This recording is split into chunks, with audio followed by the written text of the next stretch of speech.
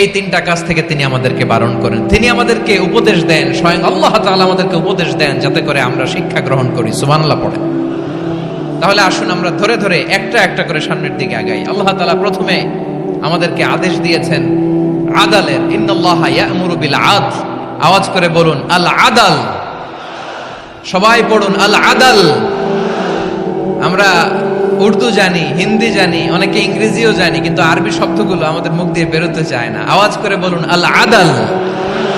মাশাআল্লাহ, ইন্নাল্লাহা ইয়া'মুরু বিল আদল। আল্লাহ তাআলা আমাদেরকে আদলের আদেশ দেন। আদল অনেকে না বুঝলেও আদালত শব্দটা বুঝবেন। আদালত, আদালত, আদালত বুঝেন না? যেখানে বিচার কার্যের ফয়সালা করা হয়, কোর্ট কাছারি আদালত, এটা তো ভেরি কমন।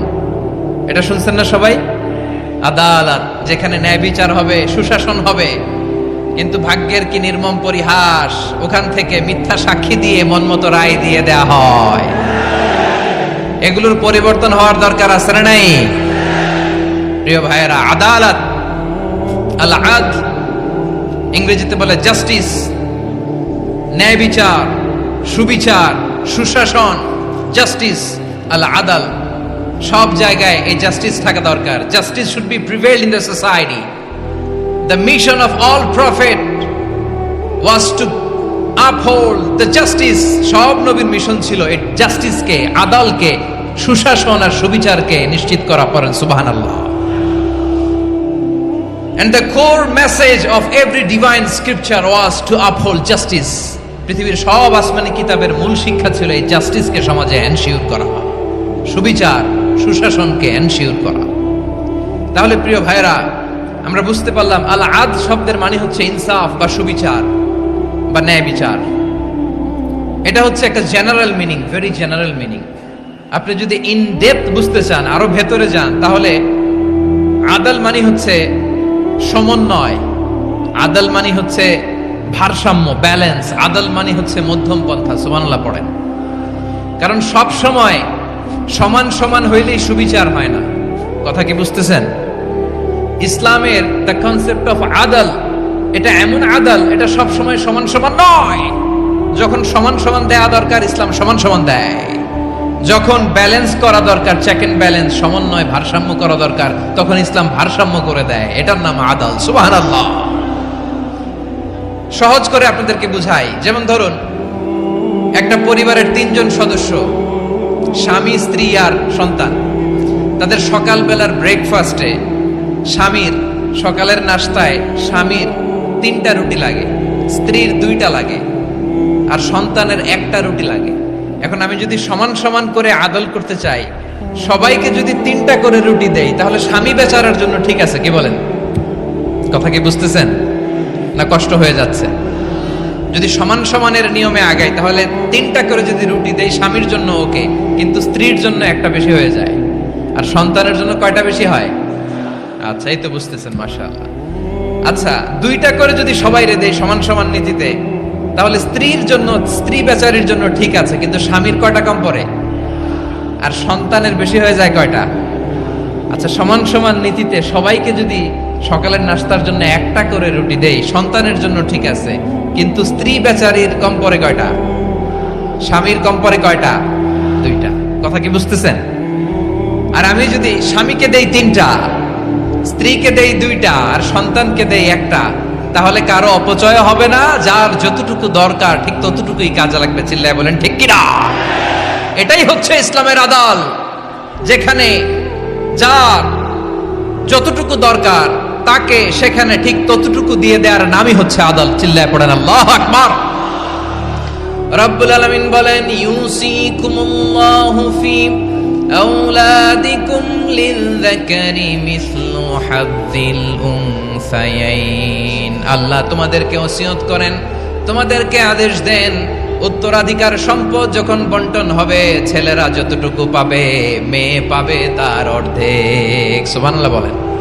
দেখেন, ছেলে যতদূর, মেয়ে অর্ধেক। ছেলে ডবল পাবে। আপাত দৃষ্টিতে মনে হয় এখানে অবিচার হয়েছে, কিন্তু আসলে কি অবিচার হয়েছে? আপনি বিয়ের ক্ষেত্রে যান, ওইখানে আবার ছেলে মোহরানা দেয়, মেয়ে সেখানে মোহরানা পায়। তাহলে চেক এন্ড ব্যালেন্স, ভারসাম্য, ব্যালেন্স, মধ্যম পন্থা এখানে আছে না নাই? এটাই হচ্ছে ইসলামের আদল। আল্লাহ তাআলা এই আদলের আদেশ দিয়েছেন। সুবিচার, ন্যায় বিচার, সুশাসন এবং ভারসাম্যের আদেশ দিয়েছেন। প্রিয় ভাইয়েরা, একটি শান্তিময় সমাজ, একটা সমৃদ্ধ সমাজ, একটা মানবিক সমাজ যদি আমরা পেতে চাই, এই আয়াতের মধ্যে যতগুলো পয়েন্ট আছে সবগুলোর বাস্তবায়ন লাগবে। কথা বুঝতে পেরেছেন? বলেন, আওয়াজ করে বলেন, আমরা একটা শান্তির সমাজ চাই কি চাই না? আমরা একটা সমৃদ্ধ বাংলাদেশ চাই কি চাই না? আমরা একটা মানবিক বাংলাদেশ চাই কি চাই না? এই আয়াতে আল্লাহ তাআলা একটা মানবিক সমাজের রূপরেখা টেনেছেন। তার প্রথম কথা হচ্ছে ইন্নাল্লাহা ইয়ামুরু বিল আদল। আল্লাহ তাআলা তোমাদেরকে আদলের নির্দেশনা দেয়, সুবিচার, সুশাসনের নির্দেশনা দেয়। যে সমাজে আদল থাকে না, সেই সমাজে জুলুম মানুষের ঘাড়ে চেপে বসে। আদলের বিপরীত হচ্ছে জুলুম। আদলের বিপরীত কি? জুলুম বা জাওর, অত্যাচার, অবিচার, বৈষম্য। এই যে বৈষম্য বিরোধী ছাত্র আন্দোলন কমন পড়ছে? এই যে একজন সমন্বয়ক তো দেখা করলো আমার সাথে। জুলুম মানে হচ্ছে বৈষম্য। বৈষম্যের স্থান ইসলামে নাই, অবিচারের স্থান ইসলামে নাই, জুলুমের স্থান ইসলামে নাই। আল্লাহ তাআলা বলেন যে আমি জুলুমকে নিজের জন্য হারাম করেছি এবং তোমাদের জন্য হারাম করেছি। বিশ্বনবী ফরমান, আল্লাহ তাআলা বলেন হাদিসে কুদসিতে, ইয়া ইবাদি ইন্নী হারামতু যুলমা আলা নাফসি ওয়া জাআলতুহু বাইনাকুম মুহাররামান ফালা তাযালামু। আমার গোলামেরা শোনো, নিশ্চয় আমি আল্লাহ তাআলা জুলুমকে আমি আমার উপরে হারাম করেছি, অনুরূপভাবে জুলুম করাকে তোমাদের উপরেও হারাম করেছি। ফলে ফালা তাযালামু, তোমরা একে অপরের সাথে জুলুম করো না। নির্দেশনাটা কার? খবরদার, জুলুমের সাথে আমাদের কোনো সম্পর্ক নাই। আল্লাহ তাআলা আদলের আদেশ দিয়েছেন, আদালতের আদেশ দিয়েছেন, সুশাসনের, ন্যায় বিচারের আদেশ দিয়েছেন। ইন্নাল্লাহা ইয়ামুরু বিল আদল, আমাদেরকে আদল প্রতিষ্ঠা করতে হবে। জুলুমের সাথে ইসলামের কোনো সম্পর্ক নাই। আল্লাহ তাআলা জালিমদের জন্য কঠিন শাস্তি প্রস্তুত করে রেখেছেন। যারা এই আদলকে ভুলণ্ঠিত, কখন রাত কিচ্ছু জানে না, কখন দিন কখন রাত কিছু জানে না, বছরের পর বছর কেটে গিয়েছে। এক্সট্রা জুডিশিয়াল কিলিং এর কোনো হিসাব নাই, বিচার বহির্ভূত হত্যা, এনফোর্স ডিসঅ্যাপিয়ারেন্স, গুম, যেটা সবচাইতে বড় মানবতা বিরোধী অপরাধ। কত মানুষ যে গুম হয়েছে তার কোনো ইয়ত্তা নাই। যেই ফ্যামিলির সদস্য গুম হয়েছে, তারা কি ওই লোকটার জন্য মাগফিরাতের দোয়া করবে নাকি সুস্বাস্থ্যের দোয়া করবে তারা নিজেরাও জানতো না, কারণ জানে না ও বেঁচে আছে না মরে গেছে। আহা, বিডিআর নওজোয়ানদের যারা ছাড়া পেল দেখলাম, বিনা অপরাধে, কোনো অন্যায় ছাড়া, অপরাধ ছাড়া তাদের জীবন থেকে, তাদের তারুণ্যের, তাদের যৌবনের 15 বছর, 16 বছর, 17 বছর নাই, 6 মাস বয়সের ছোট বাচ্চাকে রেখে জেলে গেছে। 6 মাসের মেয়ে বেরোয় দেখে মেয়ের বয়স 17 বছর। মেয়ে বাবারে চিনে না, বাবা মেয়েরে চিনে না। মেয়েকে এখন বিয়ে দিয়ে আরেক ছেলের হাতে তুলে দিবে। মেয়ের শৈশব বাবা দেখে নাই, মেয়ের কৈশোর বাবা দেখে নাই, মেয়ের তারুণ্য দেখে নাই। আরেক যুবককে দেখলাম 14 বছরের 14 দিনের সংসার, 2 সপ্তাহের সংসার শেষে জেলে গেছে। কত যুবকের যে স্ত্রী চলে গিয়েছে ফ্যামিলি ছেড়ে, কারণ জানে না তো কবে আসবে, কি হবে, কেউ জানতো না। দাম্পত্য জীবনের মাত্র 14 দিনের স্মৃতি, এই স্মৃতিকে আঁকড়ে ধরে এক বোন 16টা বছর, 17টা বছর কাটিয়ে দিয়েছে। আমি নিউজটা দেখে ভাবলাম, আমার এই বোনের প্রতিটি দিন কিভাবে কেটেছে, প্রতিটি রাত কিভাবে কেটেছে, প্রতিটি ক্ষণ কিভাবে কেটেছে। বিশ্বনবী বলেছেন, ইত্তাকি দাওয়াতাল মাজলুম ফাইন্না লাইসা বাইনাহু ওয়া বাইনাল্লাহি হিজাব। মাজলুমের কান্নাকে ভয় করো, কারণ মাজলুমের কান্না আর আল্লাহর মাঝে কোনো পর্দা থাকে না। আমরা আর এরকম কোন জুলুম বাংলাদেশে দেখতে চাই না। জোরে বলেন ঠিক কিনা? আর কেউ নতুন করে জালিম হোক আপনারা চান? আবার নতুন করে কেউ ফ্যাসিস্ট হোক আপনারা চান? এক দল আরেক দলকে নিশ্চিহ্ন করার রাজনীতিতে মেতে উঠুক, এটা আপনারা চান? আমরা বাংলাদেশকে আদল দিয়ে সাজাতে চাই। আমরা এই 56,000 বর্গ মাইলের প্রতিটা ইঞ্চি মাটিকে কোরআনের আইন দিয়ে সাজাতে চাই। রাজি আছেন আপনারা? কারা কারা রাজি দেখান হাত তোলে আল্লাহকে।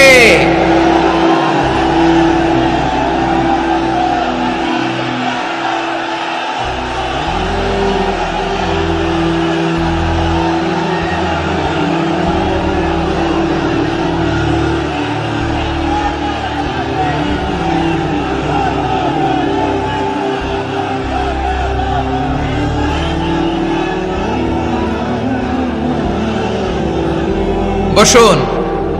আমার প্রিয় বীর চট্টলার তৌহিদি মুসলমান, আমরা আর নতুন করে কেউ জালিম হোক এটা চাই না, নতুন করে আবার কেউ ফ্যাসিস্ট হোক আমরা চাই না, এক দল আরেক দলকে নিশ্চিহ্ন করার রাজনীতি করুক আমরা চাই না। আমরা সুশাসনের বাংলাদেশ চাই, আমরা মানবিক বাংলাদেশ চাই, আমরা একটা সমৃদ্ধ বাংলাদেশ চাই, আমরা বিশ্বের বুকে সম্মান নিয়ে মাথা উঁচু করে দাঁড়াতে চাই, ঠিক কিনা বলেন? আল্লাহ বললেন, এটা যদি তোমরা চাও, একটা সমৃদ্ধ সমাজ যদি বিনির্মাণ করতে চাও, মানবিক সমাজ যদি বিনির্মাণ করতে চাও, আমি তোমাদেরকে সেজন্য প্রথমে আদালতের নির্দেশ দিলাম। ইন্নাল্লাহা ইয়া'মুরু বিল আদল, নিশ্চয় আল্লাহ তাআলা তোমাদেরকে ন্যায় বিচার সুশাসন এটার আদেশ দেন। সুবহানাল্লাহ। আদাল, ন্যায় বিচারের আদেশ আল্লাহ তাআলা কোরআনের বিভিন্ন আয়াতে দিয়েছেন। আল্লাহ তাআলা বলছেন, ইন্নাল্লাহা يأمركم أن تؤدوا الأمانات إلى أهلها وإذا حكمتم بين الناس أن تحكموا بالعدل إن الله نعم ما يعظكم به إن الله كان سميعا بصيرا। আল্লাহ তাআলা বললেন,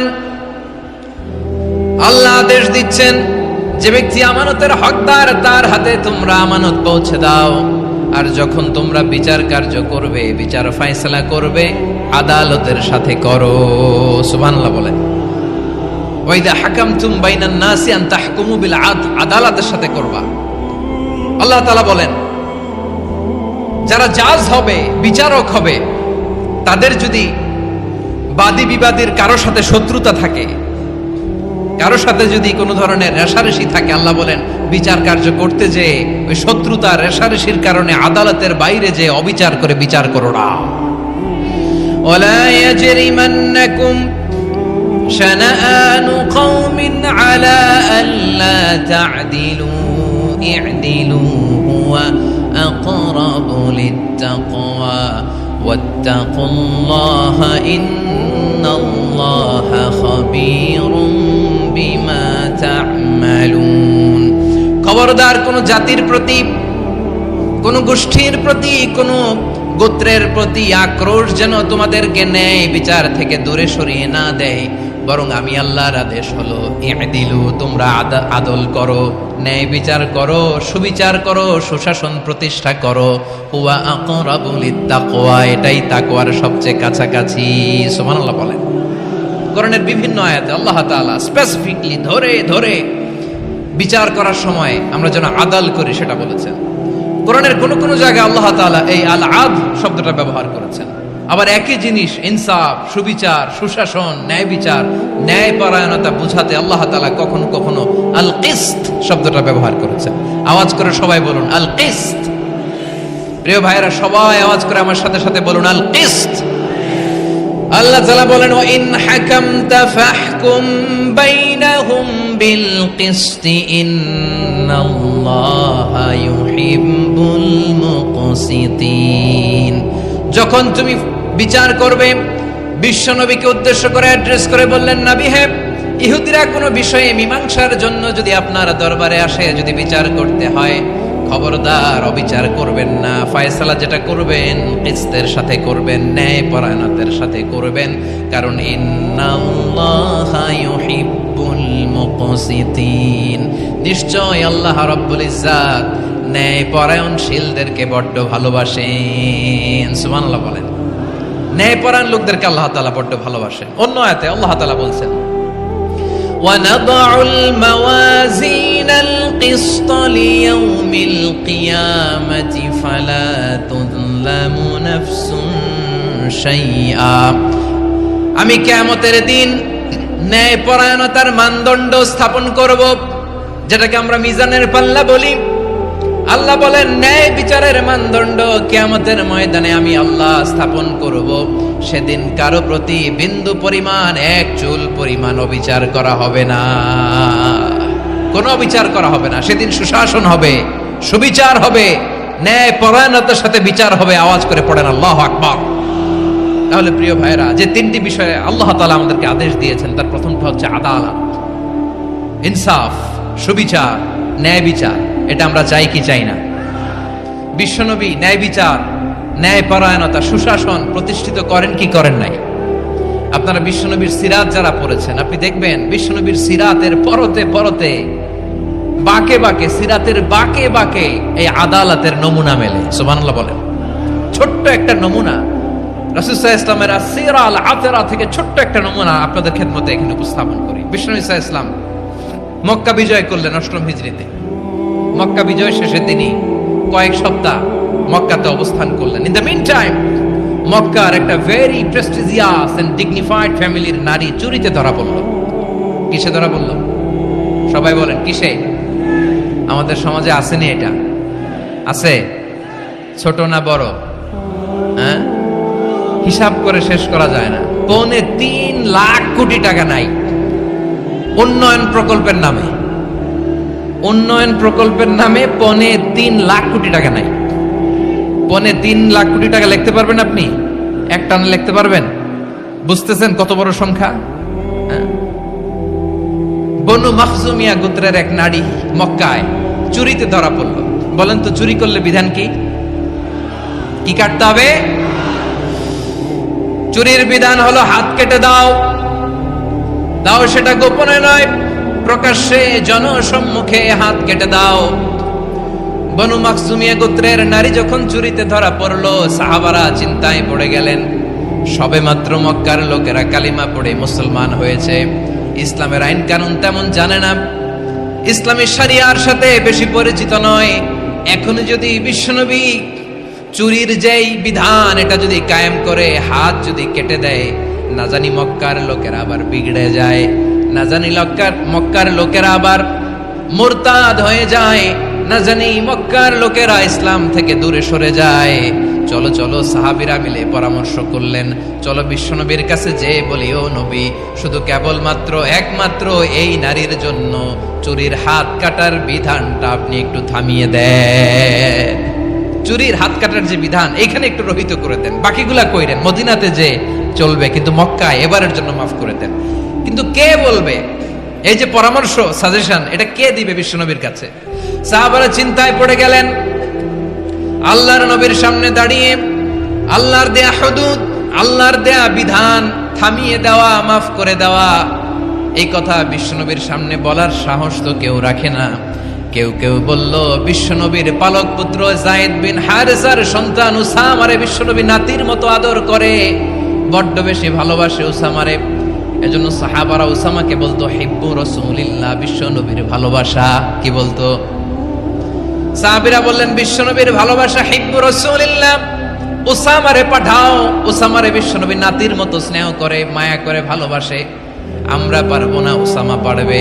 সবাই মিলে ফুলিয়ে ফুসিয়ে ওসামাকে, ছোট্ট ওসামাকে রাজি করালো। ওসামা এমন এমন কথা যে তুমি বিশ্বনবীর কাছে বলতে হবে, পারবা নাকি? ওসামা বলে, পারবো।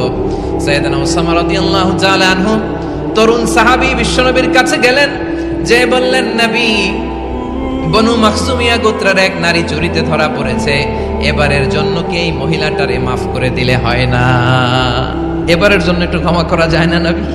বিশ্বনবী বলেন, আতাশফাউ ফি হাদ্দিন মিন হুদুদিল্লাহ, তোমার এত বড় সাহস উসামা, তুমি আল্লাহর হাদ, আল্লাহর দেয়া বিধান, এটার ব্যাপারে সুপারিশ করতে এসেছো? তোমরা কি জানো তোমাদের আগে যত কওম, যত গোত্র, যত জনপদ ধ্বংস হয়েছে তার কারণ ছিল তাদের মধ্যে গরিবরা অন্যায় করলে তারা বিচার করত, আর ধনীরা অন্যায় করলে তারা মাফ করে দিত। খবরদার! ওয়া আইমুল্লাহ লাউ আন্না ফাতিমাতা বিনতি মুহাম্মাদিন সারাকাত লাকাতা মুহাম্মাদুন ইয়াদাহা। বিশ্বনবী বললেন, আরে ওসামা, বনু মাখজুমিয়ার ওই প্রেস্টিজিয়াস এন্ড ডিগনিফাইড ফ্যামিলির মেয়ে তো দূর কি বাত, অনেক দূরের কথা। জেনে রেখো ওসামা, আমার কলিজার টুকরা নয়নের পুটুলি ফাতেমাও যদি মক্কার জমিনে আজকে এই চুরির দায়ে ধরা পড়তো, আমি বিশ্বনবী মুহাম্মাদুর রাসূলুল্লাহ ধরে ফাতেমার ডান হাতটা কেটে দিতে এক বিলম্ব দেরি করতাম না। ইন্নাল্লাহা ইয়া'মুরু বিল আদল, আমাদেরকে জাস্টিস শিখায়, পশ্চিমারা আমাদেরকে ইনসাফ শিখায়, আমাদেরকে সুশাসন শিখায়। আর ইনসাফ, সুশাসন, ন্যায় বিচার, সুবিচার, জাস্টিস কারে বলে বিশ্বনবীর বায়োগ্রাফি থেকে জেনে নাও। এই ছিল বিষ্ণু ইসা ইসলামের আদালতের নমুনা। আপনি যদি সাইয়েদনা ওমর ফারুকের জীবনের দিকে তাকান, এমন কঠোর, এমন বীর সেনানী ছিলেন। সাইয়েদনা ওমর ফারুক যদি রাস্তার এই মাথা দিয়ে হাঁটা শুরু করতেন, শয়তান ওমর ফারুককে দেখলে ওই রাস্তা রেখে দিয়ে অন্য রাস্তা দিয়ে হাঁটতো। সুবহানাল্লাহ। ওমর ফারুক রাদিয়াল্লাহু তাআলা কি পার্সোনালিটি ছিল, কি পার্সোনালিটি। আমাদের এলাকায় ছোট বাচ্চারা রাতে ভাত খেতে চায় না, আমার মেয়েটাও খেতে চায় না। এই এটা দিব, ওইটা দিব, আজকে মাহফিলে আসার সময় বলে দিছে লিস্ট করে এটা এটা আনতে হবে। তো ছোট্ট বাচ্চাদের অনেক বায়না থাকে, ওরা রাতে খেতে চায় না। তো মায়েরা বিভিন্ন ভয় দেখায়, এই বাঘ আসবে, বাঘ আসবে খাও, এই ভূত আসবে, ভূত আসবে খাও। আপনারা কি বলেন চট্টগ্রামে? কি আসবে? হ্যাঁ, ভূত, ভূত, ভূত আসবে, বাঘ আসবে, খাও খাও খাও, তাড়াতাড়ি খাও। তো বাচ্চারা এগুলো শুনে ভয়ে খেতে শুরু করে। মদিনার জমিনেও একই ঘটনা ঘটতো। মদিনার ছোট্ট ছোট্ট সোনামণিরা খেতে চাইতো না। তো মায়েরা বলতো, হা হুয়া ইয়াতি উমর, হা হুয়া ইয়াতি উমর, ওই যে ওমর আসতেছে, ওমর। ওমরে ফারুকের কথা শুনলে বাচ্চারা একেবারে ঠান্ডা। সুবহানাল্লাহ পড়বেন না? প্রভু তুমি বলেছ রাসূল দেবে না, বলনি দেবে না ওমর, বলনি দেবে না হামজা তারিক, খালিদ বিজয় সমর। প্রভু তুমি বলেছ রাসূল দেবে না, বলনি দেবে না ওমর, বলনি দেবে না হামজা তারিক, খালিদ বিজয় সমর। প্রভু তুমি বলেছ রাসূল দেবে না। আল্লাহু আকবার। ওমর ফারুক রাদিয়াল্লাহু তাআলা আনহু, ওনার কথা শুনলে গায়ের মধ্যে গুজবাম হয়, গায়ের পশমগুলো দাঁড়িয়ে যায়। সুবহানাল্লাহ বলেন। কি পার্সোনালিটি ছিল, কি ব্যক্তিত্ব ছিল। মুনাফিকরা ওমর ফারুককে জমের মতো ভয় পেতেন। শয়তান, খোদ শয়তান এই রাস্তা দিয়ে আসলে শয়তান অন্য রাস্তা দিয়ে হাঁটতো। ওমর ফারুক রাদিয়াল্লাহু তাআলা আনহুর জীবনে যদি দেখেন, তাহলে সেখানে আপনি আদালতের, ইনসাফের, সুশাসনের, জাস্টিসের নমুনা দেখতে পাবেন। কয়টা শুনবেন? সাইয়েদনা ওমর ফারুকের রাদিয়াল্লাহু তাআলা আনহুর সন্তান আব্দুর রহমান মিশরে মদ খেয়ে মদ্যপ অবস্থায় ধরা পড়েছে। মদ খাওয়ার কারণে, মদ যদি কেউ পান করে আর যদি প্রমাণিত হয়, তার বিচার হলো 80 বেত। আওয়াজ করে বলেন কয় বেত? বাংলাদেশেও তো এই আইন আছে নাকি? বাংলাদেশে আছে? হ্যাঁ, মদ খাইলে 80 বেত। এই আইন বাংলাদেশে চালু হোক, আমরা চাই কি চাই না? চাই সবাই। এজন্যই তো ইসলাম ভাল লাগে না। ইসলামকে ভাল লাগে না। ইসলামকে আউট করে রাখতে পারলেই তো এরকম বড় বড় বোতল খাওয়া যায়।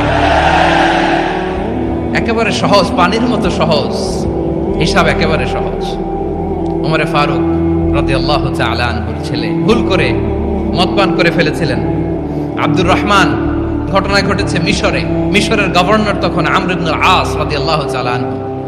আব্দুর রহমানের ভাই যে গভর্নরকে বলল, গভর্নর যদি একটু দয়া করেন, খলিফার ছেলে আমার ভাই আব্দুর রহমান মদ্যপ অবস্থায় ধরা পড়েছে, জনসম্মুখে যদি আপনি বেত্রাঘাত করেন আমাদের প্রেস্টিজ থাকে না, যদি 80 বেত আপনি মারেন আমার কোনো কথা নাই, কিন্তু ঘরের ভেতরে মারেন। আব্দুর রহমানের ভাইয়ের সুপারিশ শুনে সাইয়েদনা আমর ইবনুল আস রাদিয়াল্লাহু তাআলা আনহু রাজি হয়ে গেলেন।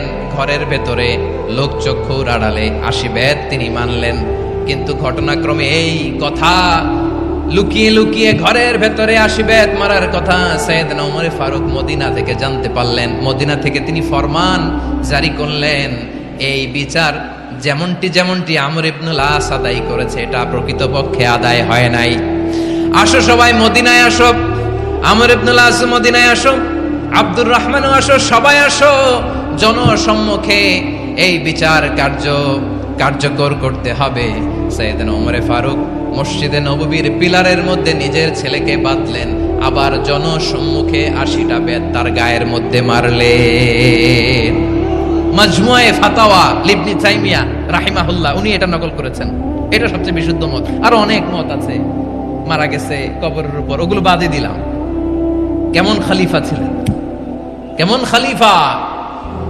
পশ্চিমারা তোমরা জাস্টিস আমাদেরকে শেখাও, ইনসাফ কারে বলে, সুশাসন আমাদেরকে তোমরা শেখাও। ওমরে ফারুক রাদিয়াল্লাহু তাআলা ওইটাকে, ওই বিচারকে তিনি ধর্তব্য মনে করেন নাই। মদিনাতে এনে আবার জনসম্মুখে আবার আশীর্বাদ মেরেছেন। মিশরে ওমরে ফারুক রাদিয়াল্লাহু তাআলা আমর ইবনুল আসকে গভর্নর করে পাঠালেন। সেখানে আমর ইবনুল আসের ছেলে একটা প্রতিযোগিতায় রানার আপ হয়েছে। এক মিশরি সেখানে চ্যাম্পিয়ন হয়েছে। রানার আপ বুঝতে পেরেছেন তো? রানার আপ সেকেন্ড হয়েছে, এক মিশরি হয়েছে চ্যাম্পিয়ন প্রথম। কিন্তু গভর্নরের ছেলে ও জিততে পারে নাই। ও রাগে ওই মিশরির গায়ের মধ্যে কয়েকটা লাঠি দিয়ে বাড়ি মেরেছে। মিশরি যে মদিনাতে ওমরে ফারুকের কাছে বিচার দিলেন, আপনার গভর্নরের ছেলে অন্যায়ভাবে আমার গায়ে হাত তুলেছে। সেদিন ওমরে ফারুক আবার ফরমান জারি করলেন, আসো মদিনাতে আসো। মিশরীকে ডাকলেন। ওই মিশরের গভর্নর আমর ইবনুল আস রাদিয়াল্লাহু তাআলা আনহুকে ডাকলেন, তার ছেলেকেও ডাকলেন। সবাই বসে রইল। আমর ইবনুল আস রাদিয়াল্লাহু তাআলা আনহু মাথা নিচু করে বসে আছেন, লজ্জায় কাচুমাচু। হায় হায়, আজকে আমার ছেলের কারণে আমিরুল মুমিনিন খলিফাতুল মুসলিমিন ওমরে ফারুকের কাছে আমি জনসম্মুখে লজ্জিত হচ্ছি। সাইয়েদনা ওমরে ফারুক বললেন, এই নাও লাঠি। গভর্নরের ছেলে তোমার মাথার মধ্যে যতগুলো বাড়ি মেরেছে, আজকে জনসম্মুখে তুমি অতগুলা বাড়ি মারো। মিশরি বলে, থাক, আপনি যে ডেকে আনছেন সবার সামনে এটা বলছেন, এতেই আমি খুশি। আল্লাহু আকবার। আপনার মহানুভবতা দেখে আমি খুশি, আর অপমানের দরকার নাই। ওমরে ফারুক বলে, না, খবরদার, এই কথা মিশরি তুমি বলো না, মারো, যতগুলা বাড়ি মেরেছে মারো। বাধ্য হয়ে মিশরি আমর ইবনুল আসের সামনে ওনার কলিজার টুকরা সন্তানের মাথার মধ্যে বাড়ি মারতে আরম্ভ করলেন। ঠিক যতগুলা বাড়ি গভর্নরের ছেলে আমর ইবনুল আসের ছেলে মিশরির গায়ে মেরেছিল, মাথায় মেরেছিল, মিশরি গুনে গুনে ততটা মারলেন। এই দৃশ্য দেখে ওমরে ফারুক রেগে মেগে আগুন, রাগের চোটে রাগ সামলাতে না পেরে, আর নিজেকে সামলাতে না পেরে মিশরিরে বললেন, ছেলেরে মারা শেষ হয়ে গেলে এবার বাবার টাক মাথার মধ্যে কয়েকটা বাড়ি মার। রাগের চোটে, আউট অফ অ্যাঙ্গার, রাগের চোটে, যে আমার পাঠানো গভর্নর আমর ইবনুল আস তার ছেলেকে কেন আদব তারবিয়া কেন শিক্ষা দিতে পারে না। ছেলেরে মারা হইলে এবার আমর ইবনুল আসের মাথার মধ্যে দুইটা মারো। এটা রাগে বলেছেন, এটা শাস্তি হিসেবে না। সুবহানাল্লাহ পড়ে। তোমরা আমাদেরকে সুশাসন শিখাও, আমাদেরকে সুশাসন শিখাও। বিশ্বনবী বলেন, আদল এটা যেন তেন বিষয় না, এটা দিয়েই মানবিক সমাজ গড়তে হবে।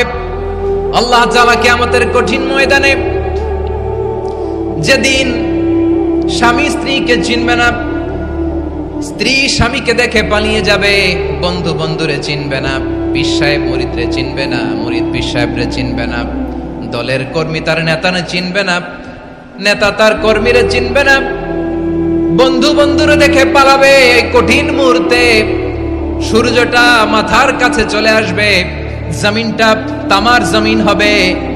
আজকের জমিনের মতো নয়। মানুষ ঘর্মাক্ত, ক্লান্ত, শ্রান্ত মাথার মগজগুলো কানের ছিদ্র আর নাকের ছিদ্র দিয়ে বেয়ে বেয়ে পড়বে। বিশ্বনবী ফরমান, কিয়ামতের ওই কঠিন ময়দানে 7 শ্রেণীর ব্যক্তিকে রব্বুল আলামিন তার আরশের নিচে ছায়া দিবেন। তার মধ্যে প্রথম শ্রেণীর ব্যক্তি হলো ইমামুন আদিল।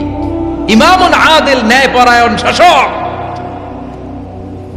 যে ইনসাফের সাথে বিচার করে, যে জাস্টিস সমাজে সার্ভ করে, যে সুশাসন নিশ্চিত করে, ওই ইমামুন আদিল। আদিল শব্দটা বুঝছেন না? ইন্নাল্লাহা ইয়া'মুরু বিল আদল।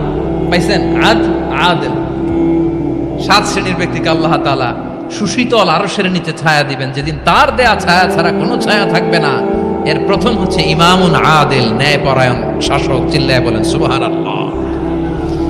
আবার বিশ্বনবী বললেন, ইন্নাল মুকসিতিনা ইনদাল্লাহি আলা মানাবির মিন নূর আন ইয়ামিনির রহমান। কিয়ামতের দিন যারা ন্যায়পরায়ণ হিসেবে আল্লাহর সামনে দাঁড়াবে, কিয়ামতের দিন রব্বুল আলামিন তার আরশের ডান দিকে ওই ন্যায়পরায়ণ লোকদের জন্য আরশের ডান দিকে একটা নূরের মিম্বারে তাদেরকে বসার সুযোগ করে দিবে। আল্লাহর আরশের ডান দিকে ন্যায়পরায়ণ লোকদের জন্য আল্লাহ তাআলা নূরের মিম্বার বানাবে। চারটেখানি কথা মনে করেছেন? আল আদাল, জাস্টিস, ইন্নাল্লাহা ইয়া'মুরু বিল আদল। আল্লাহ তাআলা এই আদালতের নির্দেশনা দেয়, সুবিচার, সুশাসন। প্রিয় ভাইয়েরা, এটা আমরা বাংলাদেশে চাই কি চাই না? এই যে অরাজকতা, এই যে অন্যায়, এই যে জুলুম, এই যে ইনকনসিস্টেন্সি সমাজের অসঙ্গতির প্রধান কারণ জাস্টিস নাই, সুবিচার নাই, সুশাসন নাই।